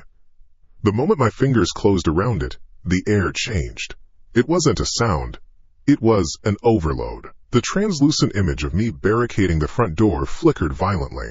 Superimposed over it, a different me, ghostly and see-through, was on his knees, scrubbing at the floor with a sponge. The faint, tinny sound of the 911 call I'd made days ago overlapped with a scream from the hallway nightmare, a raw shriek of my own voice that echoed without a source. I saw myself curled in a ball in the corner of this very room, and at the same time, I saw myself standing at the window, staring out at the empty black wall. The memories were breaking loose, leaking out of the past and playing all at once, a chaotic storm of my own terror. The sounds and images bled into each other, a smear of light and a babble of panicked voices. My voices. I squeezed my eyes shut, but the images were inside my head now. I was drowning in it. Then I saw one thing clearly through the storm. On the bed, resting on the pillow, was a single white daisy. It was the one I had found when this all began. In the chaotic flicker of a dozen overlapping phantoms, the flower held a steady, faint glow. It was not a memory. It was an anchor, a beacon in the noise. I opened my eyes and pushed through the flickering images. They were nothing. They were just recordings. I walked toward the bed, my hand still gripping the cold phone. The daisy on the pillow seemed to pull me forward. It was the only thing that felt singular. Real. I stopped at the foot of the bed. The daisy glowed softly. But it wasn't the only thing. The light wasn't coming from the flower itself. It was coming from the floor in the corner of the room, just beyond the nightstand. The light shone up through the floorboards, casting the bed frame in a sickly, pulsating illumination. The air above that spot shimmered, like heat rising from asphalt. The straight lines of the wall behind it seemed to bend inward, converging on a point near the floor as if being sucked into a drain. My gaze locked onto that corner. I didn't need to see what was there. I knew. A single cardboard box. In it, a newspaper clipping, yellowed and folded into a neat square. An obituary from a small town paper. A photograph of a smiling woman with dark hair. Sarah. The box held the accident. It held the reason I came to this city. It held the weight that had been crushing my chest for 2 years. It wasn't David. It wasn't the apartment. It was the box. It was a wound I had kept picking at, and something had seen the blood. This feeling in my gut, this crushing guilt, it hadn't just been eating me alive. It had been sending out a signal. A lighthouse calling ships from a sea I didn't know existed. The phone in my hand was just a receiver. The box was the transmitter. I had to get to it. I had to shut it off. I took a step around the bed. The wooden floorboards stretched, the grain elongating like pulled taffy. Another step. The air grew thick, heavy with a pressure that pushed on my eardrums. The pulsating light from the corner intensified. I reached the corner. I knelt down, my knee touching the floor just a foot from the shimmering air. I reached for the box. The moment my fingers brushed the cardboard, the room was gone. The floor disappeared. The walls, the ceiling, the bed, they all vanished. I was not falling. I was not floating. I was held. Suspended in a place with no dimension. There was no light, but I could see. There was no sound, but I could hear a hum inside my own skull. There was no up or down, no left or right. There was only forward, and in front of me was a hole. It was not black. Black is a color. This was the absence of color, the absence of space, the absence of anything. It was a patch of nothing cut out of the fabric of everything, and it was shaped like an eye. It didn't look at me. It observed me. I felt its attention like a physical weight, a billion tons of scrutiny pressing on my soul. My mind tried to comprehend its size and failed. It was as small as a pinprick and as large as a galaxy. The sight of it was a violation, an impossible piece of geometry that my brain was not built to process. A wave of vertigo hit me. I felt a scream building, but I had no lungs to give it air. This was it. The thing that had been playing with me. The thing that had turned my guilt into a toy. I was not a victim of a vendetta. I was a curiosity. An insect under a magnifying glass. Knowledge was not given to me. It was hammered into me. Flashes of it, brutal and fast, forced behind my eyes. I saw time, not as a line but as a great, dark ocean. I saw the eye-shaped nothingness dip a ladle into it, pulling out moments, examining them, and putting them back in the wrong order. I saw another flash, a man trapped on a sinking ship, screaming a woman's name into a VHF radio over and over, his own personal loop.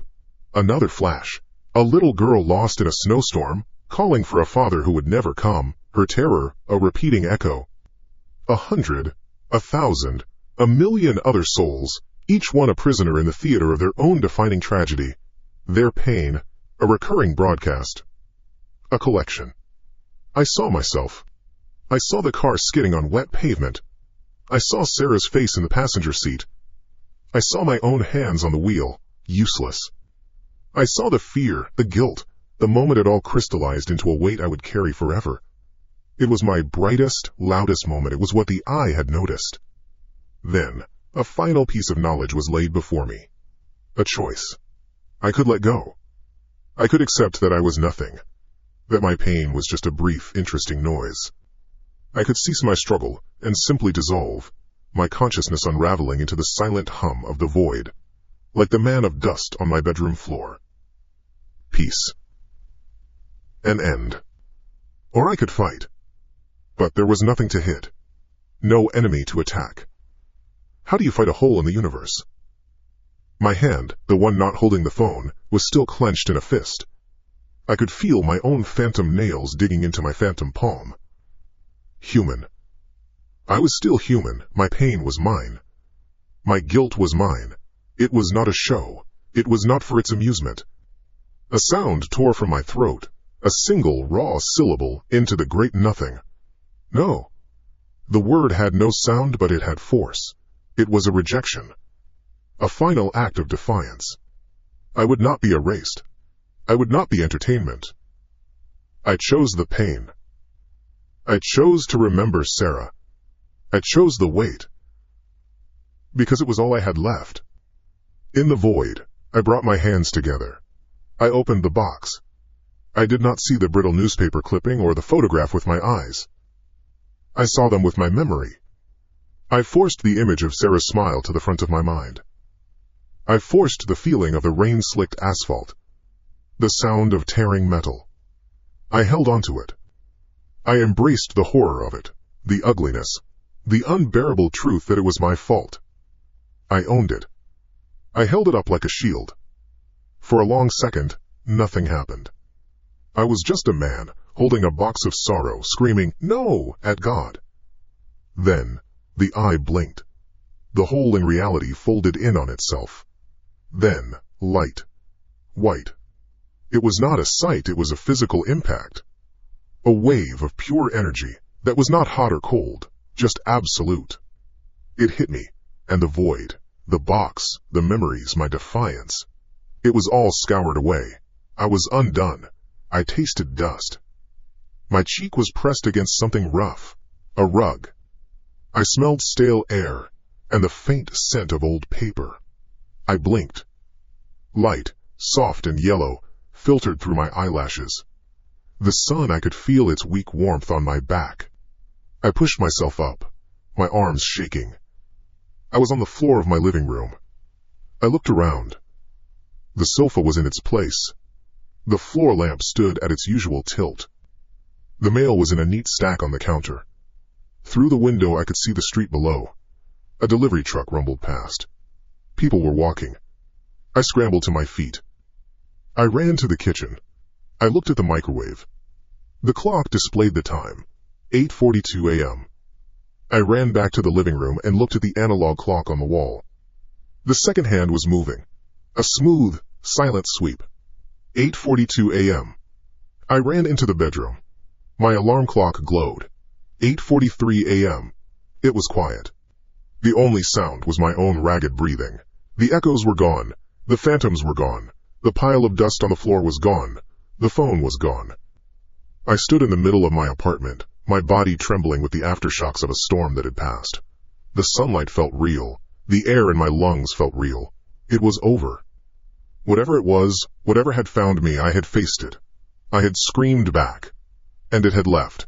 It was finally, truly over. Dust. The taste was in my mouth. My cheek was pressed to the rough fibers of a rug. I smelled old paper and air that had been sitting in one place for too long. I blinked. Yellow light, thin and hazy, came through my eyelashes. The sun, I could feel its faint warmth on the back of my neck. My arms trembled as I pushed myself up. I was on the floor of the living room. The sofa was where it was supposed to be. Fabric faded. The floor lamp next to it had its usual slight lean. A small stack of mail sat on the kitchen counter. I looked through the window. A yellow bus rumbled down the street. A woman was walking a dog. I got to my feet. My legs were like water. I went into the kitchen, my hand braced against the wall. I looked at the digital clock on the microwave. It showed the time. 8:42 a.m. The numbers were sharp and green. I went back into the living room, to the analog clock on the wall. Its thin second hand was moving in a smooth, continuous sweep. I watched it past the 12. Then, the 1. Then the 2. My heart hammered against my ribs. I ran into the bedroom. My alarm clock on the nightstand glowed with red numbers. 8:43 a.m. It was working. Everything was working. The apartment was still. The only sound was the ragged noise of my own breathing, air moving in and out of my lungs. The phantom whispers were gone. The flickering images were gone. The pile of man-shaped dust was gone. I looked down at my hand. The phone was gone. I stood there in the middle of the room, my body shaking. The sunlight through the window was real. The air was real. It was over. The thing from the hole. The eye that looked without seeing. It had blinked, and I had fallen back into my life. I had held up my ugly, broken truth, and it had recoiled. It was over. A laugh escaped my chest. It was a choked, painful sound. I stumbled to the bathroom and turned on the faucet. I splashed cold water on my face, again and again, washing away the taste of dust. I looked at myself in the mirror. My eyes were bloodshot, my face pale, but it was me. Just me. The water on my face started to mix with something else, something hot that ran from my eyes. My shoulders shook. After a few minutes, I turned off the water. I walked back into the bedroom. The corner of the room looked normal, just floorboards and a wall, but I knew what was there. I knelt and pulled the single cardboard box out from under the bed. It was just a box. No shimmer, no light, no pressure in the air. I sat on the floor and opened the flaps. Inside, the folded square of yellowed newspaper. The small obituary. The photograph of Sarah, her hair dark, her smile captured in a moment that was now ash. For 2 years, this box had been an anchor, pulling me down.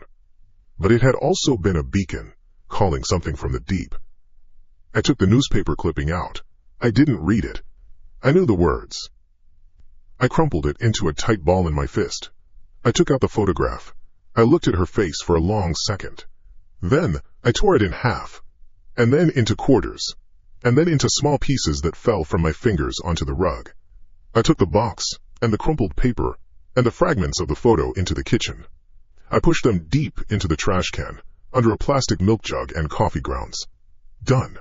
I needed to feel normal. I went to the television and pressed the power button. The screen came to life. A man in a suit was talking about interest rates. A graphic showed the stock market ticker moving across the bottom of the screen. I switched the channel. A weather map. A woman pointing at a band of rain moving east. I switched again. A cartoon. It was all excruciatingly, beautifully normal. A world that was not coming apart at the seams. The feeling in my chest was strange. It was lightness. The weight I had carried since the accident. The weight the eye had noticed. It was lessened. Not gone. But I was no longer being crushed by it. I had faced the memory. I had owned the fault. And in doing so, I had taken away its power. Not just its power over me, but its power as a signal. I was hungry. Not the dull, thoughtless eating from a box hunger I'd lived with, but real hunger. I opened the refrigerator. There were eggs, an onion, some peppers. I would make an omelet. A real meal. I took out a pan, set it on the stove. I got a cutting board and a knife. The simple physical acts were a comfort. The solid weight of the onion in my hand. The sharp, clean sound of the knife slicing through it. The slight sting in my eyes. I was chopping a green pepper. The rhythmic tap-tap-tap of the blade on the wood. A steady beat. I almost smiled. This was it. This was the first minute of the rest of my life. My phone vibrated on the counter. The sound was loud in the kitchen. It was a physical jolt. The knife stopped mid-chop. My hand froze. The steady rhythm of my breathing stopped with it. It couldn't be. The phone was gone. I had seen it, hadn't I? Or had it just fallen back into my pocket when I was returned? Golly. I turned my head slowly. My phone. My old, familiar phone was sitting on the granite countertop, screen lit up. A vibration is just a vibration. An electric motor spinning off-center. A physical event. But my blood went cold. I wiped my hand on my jeans and picked it up. My fingers were stiff. The screen showed an incoming call. Unknown number. No, it was not possible. It was a wrong number. A telemarketer. A scam call about my car's extended warranty. It had to be. I had won. I faced it. I had looked into the abyss and it had flinched. The connection was broken. The broadcast was over. My thumb hovered over the red decline button. My hand was shaking so badly I could barely keep it steady. Just press the button. Just end the call. Let the world stay normal. But I had to know. I had to know if the silence I'd earned was real. I didn't press anything. It didn't matter. There was a soft click from the phone speaker. It had answered itself. Static. A hiss like a radio between stations. My entire body was a single, rigid muscle. I held the phone to my ear. The static was familiar. It was the sound of the space between worlds. Then a voice cut through the hiss. Not a scream. Not a warning. It was annoyed. Impatient. Hello? Anyone there? It was my voice. The kitchen floor seemed to fall away beneath me. It was my voice from the very first call. The call that had started everything. I was listening to myself, days ago, answering the phone for the first time. But I was on the other end of the line now. I was the one who had called. I was the unknown number. The phone slipped from my fingers and clattered onto the floor. I stumbled back, hitting the edge of the counter hard. The pain was distant. A small, dull fact. The truth did not descend upon me. It was not a revelation. It was a physical law, like gravity, reasserting itself. There was no victory. There was no escape. My defiance in the void, my choice to own my pain, my grand and final no. It wasn't a triumph. It was an act in the play. It was a necessary plot point to get me to this exact moment. The eye hadn't recoiled. It had simply reset the stage for the next performance. The story needed a beginning. I was now the beginning. I was the ghost. My own ghost. Hoofbeats. The logic was closing in. If I was the origin of the first call, then I was the origin of them all. The frantic warnings. The screams. The desperate fragments of information that had led me through the maze. They weren't warnings sent back to save me. They were a script. A set of instructions I had to follow to experience, so that I would eventually be led to this counter with this phone, to deliver those same instructions to my past self, ensuring the loop was perfect, unbroken. A noise tore from my throat, a dry, wordless rasp. I looked around the kitchen. The sunlight, the chopping board, the half-cut pepper. It wasn't a home anymore. It was a set. A perfectly constructed prison cell with windows that showed a world I could never reach again. Warn myself, change it, don't make the call. But I had to. The feeling was not a choice.